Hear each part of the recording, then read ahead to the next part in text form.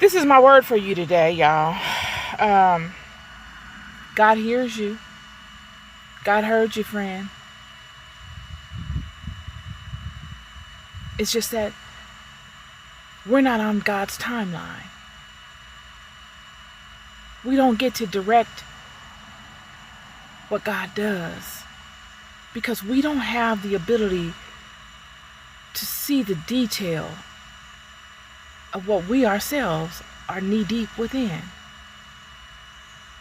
When God came to Job and spoke to Job after Job was so angry with God and said he wanted to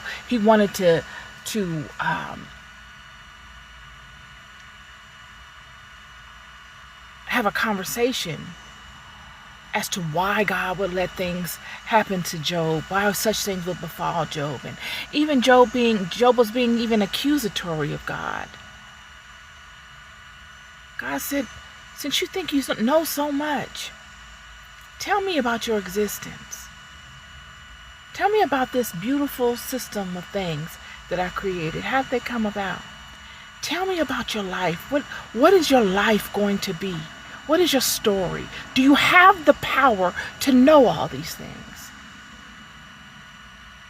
Because if you do, we can sit and have a conversation, and I can take your advice potentially.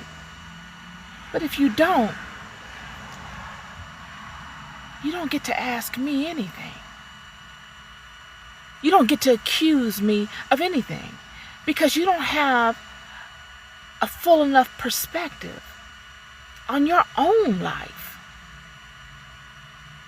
to speak to me of the decisions that I make regarding you or any of my other creations. And the student agrees. The student immediately checks themselves and says, you know what? I apologize, Father. I'm just tired. I'm exhausted. Is there anything you can do to help me with this exhaustion? Because I don't want to let you down. I know I can do it, but I just need a break. I need a cool breeze, friend. Maybe a day, a year, and I can get back at it. Sometimes that's what it is. A lot of times that's what it is. A lot of times we just need a break. We need to hit the reset.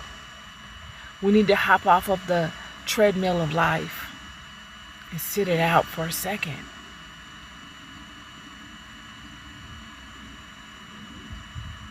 And then after we've sat it out for a second, we see life moving and we say, you know what, I'm ready to get back in the race. I didn't even need a full day. I just needed 20 minutes. I'm ready to get back in. Isn't that how it is? That's how it is.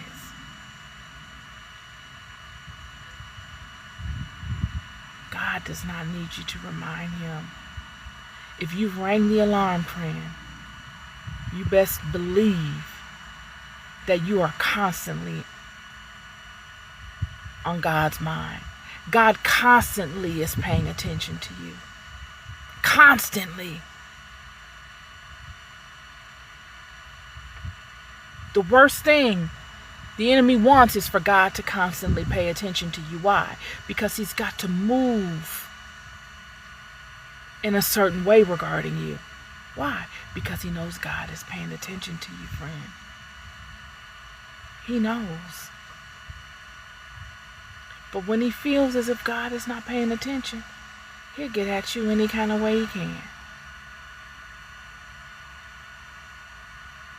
Yet in order to get God's attention like that, friend, you've got to be aligned properly. You've got to do